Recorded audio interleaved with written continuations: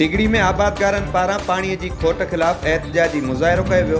उन मौक़े ते आबादगार ग़ुलाम हैदर बुरगड़ी, नबी बख्श बुरगड़ी ऐं ॿियनि चयो त मुल्क समेत सिंध में ॿोॾि हली रही आहे। उन बावजूद बि डिगड़ी सब डिवीज़न जे मुख़्तलिफ़ शाख़ुनि ऐं टेल में पाणी जी सख़्त खोट आहे।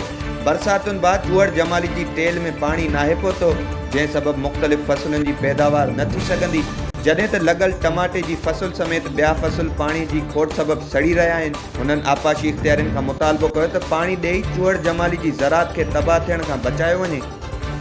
केटी बंदर जे क्रेक छाण में 3 ॾींहं अॻु मच्छीअ जे शिकार दौरान होड़ीअ में बाहि लॻण सबबि ज़ख़्मी थियल माहीगीर इलाज दौरान कराची जी इस्पताल में ज़ख़्मनि जा सूर न सहंदे फ़ौत थी वियो।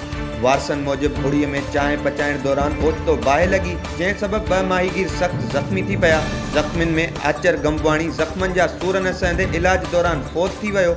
हुननि फिशरीज़ खाते जे इख़्तियारनि खां मुतालबो कयो त हादसे में फ़ौत थियल माहीगीर जे ख़ानदान जी मालिकी कई वञे। डोकरी में किरोड़े रुपयनि जी लागत सां तामीर थींदड़ रोड में नाक़िस मटीरियल इस्तेमाल थियण ख़िलाफ़ नौजवाननि पारां एहतजाजी मुज़ाहिरो कयो वियो। उन मौक़े ते नौजवान समाजी इताद जे अॻुवान इरशाद बुगियो, उमेर ख़ान चनू ऐं ॿियनि चयो त बाईपास खां डोकरी शहर ताईं ठहंदड़ रोड में नाक़िस मटीरियल इस्तेमाल कयो पियो वञे।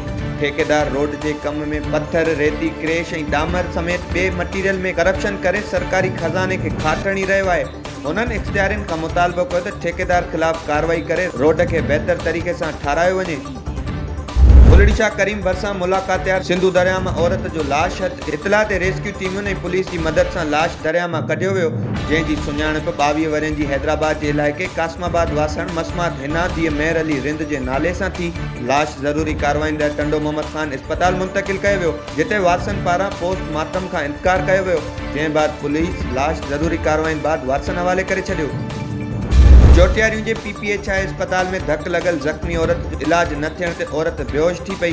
डॉक्टरनि पारां ज़ख़्मी औरत जो इलाज करण बदिरां खेसि सांगड़ इस्पताल रेफर कयो वियो, जिते वारसनि मरीज़ जी मुंतक़िलीअ लाइ एम्बुलेंस जी घुर कई त PPHI अमले खेनि एम्बुलेंस ॾियण खां इनकार करे छॾियो, जंहिं ख़िलाफ़ इलाइक़े वासियुनि चूंडियल नुमाइंदनि ऐं इख़्तियारनि खां मुतालबो कयो PPHI इस्पताल में मुकमल सहूलियतूं ॾिनियूं वञनि, जंहिं सां ग़रीब मरीज़नि जो मुकमल इलाज थी सघे।